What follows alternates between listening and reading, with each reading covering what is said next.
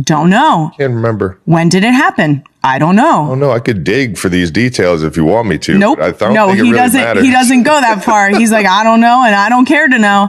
And I call them girl questions. Yeah. Because they're only questions girls would ask. Taylor's made me so much better at that. At getting the details. You get the details. That's what we want. Those are girl questions. Jason doesn't fucking care. I'll go through an entire day. Like yesterday, I was going through the other podcast party. And, yes. The whole time I'm saying hi to all these familiar faces and some friends of Taylor's that I've like been in the football world that I've been able to introduce her to. And I'm just like, all right, got to remember, saw that person. Got to remember, saw that person. I'm like throwing them like in like my like memory bank, like don't forget, because she's going to want some details because she didn't get a chance to go. So I'm just sitting here like details. That's so caring of you. And then the beers just make a lot of the details go away. And you're just like, this is how I never remember the details. Right. Blame the garage beer. It's a good product. Yep, it's a great product. And welcome to Not Gonna Lie. This is exciting. This is long overdue. This is so silly. It's long overdue. This is going to be unhinged. I now feel how you feel when you have to be interviewed by me and Jason, which is an exaggeration because interviewing is the last thing that we actually do. It's so, honestly, I give Jason a lot of shit for the times that he's dragged me downstairs to do this. Well, to do the other podcast. Yeah. But it is always a fun time. If people could see the stuff that got cut. Oh yeah. Well, you're not gonna. Well, we wouldn't have a podcast. It's just so much fun, man. It's so much fun. And Jason. Jason's just he's got good time. He's got his fun like way of life, and he's got his views, and hearing those views and how he delivers them on a podcast makes you break chairs. Yeah. That was Taylor actually mad about the chair? No, she laughed. She laughed her ass off. She has a good sense of humor. You busted a chair.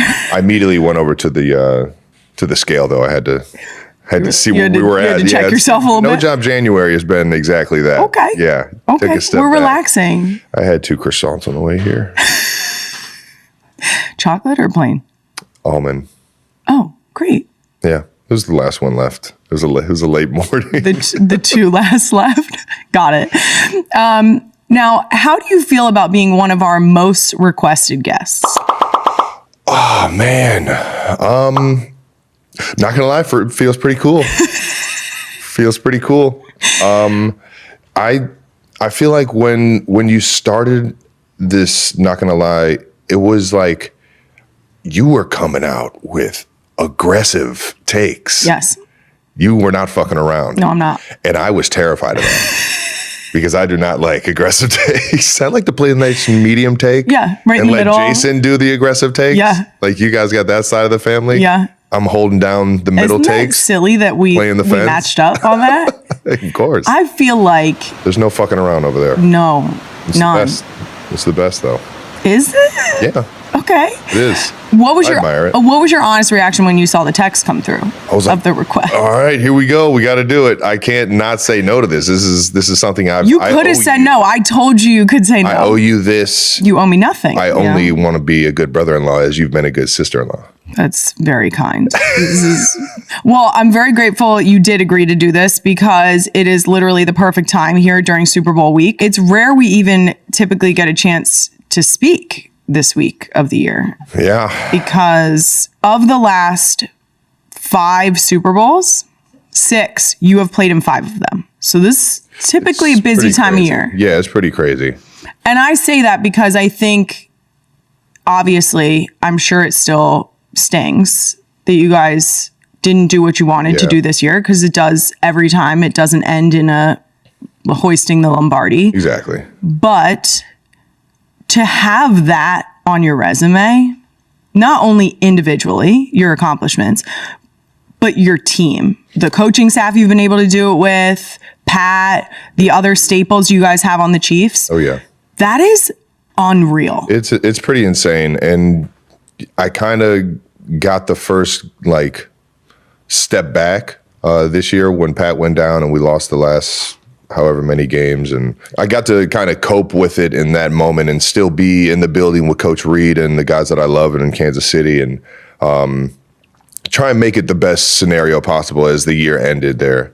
And then have taken a step back and really like looked around and like, man, this run has been crazy and it feels weird not to be doing anything right now. Like I was talking to Edelman the other day when he was doing the other podcast, and he was telling me how he still in like January grows his beard out just because he like doesn't know any other way. And I'm just like, man, I feel exactly what you're saying, because especially after a long season like that, and Jason does this almost year round, but now he's on TV, so he keeps it a little cleaned up. But you stop caring about how you look because you're just going into the building doing the same thing every Monday, Tuesday, Wednesday, Thursday, Friday, and you get into this like this mode of like, I'm beat up, but I fucking love this. And I want to keep going. I got to keep remembering that I love this. Who's the next opponent? Yeah. Who is it? Bring him in. And it gets to that point where now I'm like watching it, and it stings. It stings, especially because I felt like this year's team in a lot of ways was better than last year's team. And last year's team, we only lost 2 games. It was insane. It feels a little weird that there's not like an end cap to the weekend. Yeah. In a way that there has been previously. You've given us a really fun 6 years. It's been nuts, man. It's been nuts because obviously when you're in it, it all happens so fast. Yep. So being able to take that step back this year is just kind of like, I don't know. I'm still proud of the work that we've done, and you should be. Who knows if we can keep that thing going. I think it's a nice break to run it back next year. Ooh. I already knocked on there. wood. There's hella wood. Okay, there we go. All right, now you're up for Walter Payton Man of the Year at NFL Honors, so congratulations. It's your 3rd nomination, is that right? I think. This is my first time being nominated. Queen Emma's this is my first time being nominated. I could actually go to the stuff. So I'll be at Honors tonight, and then I'll be at the game. I'll see you there. Nice. Are you presenting? Why the fuck would I be presenting? No, Jason is. Not gonna lie, think you'd be pretty good at presenting. Thank you so much. No, I'm not. That sounds like my personal nightmare. Jason is. No, just like the prompt, you're just reading it from like a football length field away. I'm gonna leave that to you.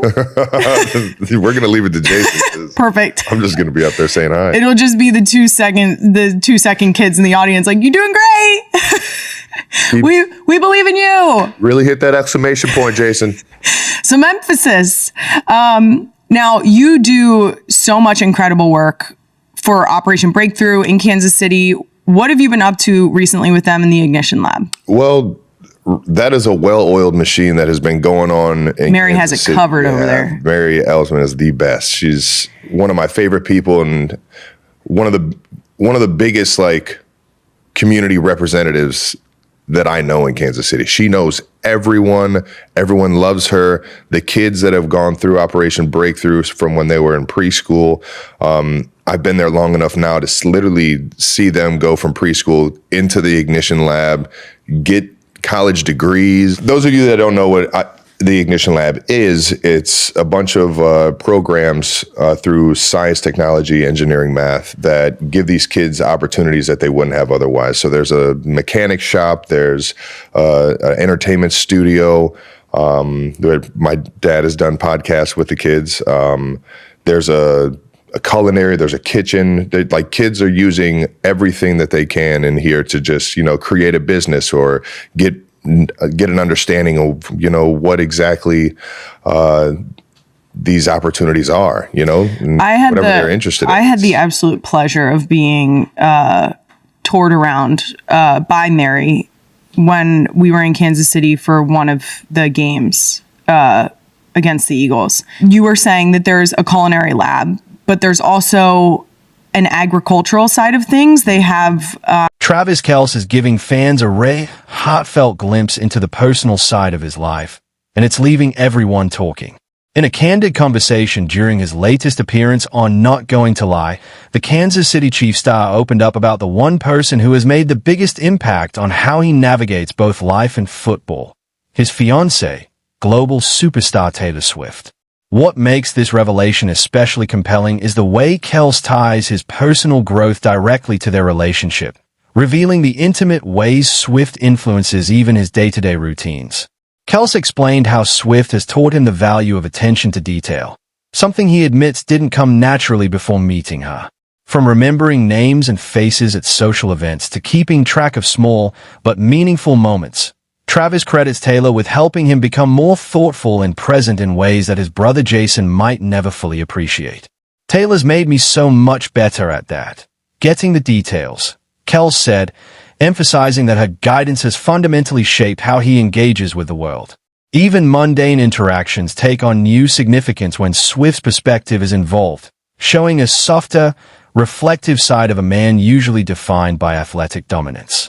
The conversation also revealed Kelce's unfiltered humor, the kind that makes fans feel like they are hearing stories from a friend rather than a celebrity. He candidly described trying to balance social engagements, podcast commitments, and football obligations, all while keeping Swift in the loop, even joking about how biz sometimes makes him forget those critical details. Yet behind the laughs is a clear admiration for Swift, showing how she has become a source of emotional support and grounding in his busy, high-profile life. Beyond the personal anecdotes, Kelce shared insights into his perspective as an athlete in the midst of Super Bowl week. Reflecting on recent seasons, he acknowledged the sting of near misses, the challenges of team setbacks, and the exhaustion that comes with competing at the highest level year after year. But he paired that reflection with gratitude, citing how moments like these, and Swift's presence, bring balance and joy amidst the pressures of professional football. For Kelce, happiness isn't just measured in touchdowns or trophies. It's in the everyday moments shaped by love and connection. He also spoke briefly about his charitable initiatives, particularly his involvement with Operation Breakthrough in Kansas City. Kelce highlighted programs like the Ignition Lab, which give young people access to STEM opportunities, culinary training, and even agricultural experiences, showing a side of him deeply invested in community impact. It's a reminder that while fans see his larger-than-life persona on the field, Kelce's off-field commitments and personal growth are equally defining. By the end of the interview, one thing is clear. Travis Kelce's happiness is intricately tied to Taylor Swift, and he isn't afraid to admit it publicly. From learning life lessons through her guidance to embracing the details she values, Kelce offers fans a rare, emotionally engaging glimpse of the man behind the athlete. It's an exclusive look at a relationship that not only inspires him but also elevates his perspective on life, love, and legacy, making it a story that fans of the Kelce family won't soon forget.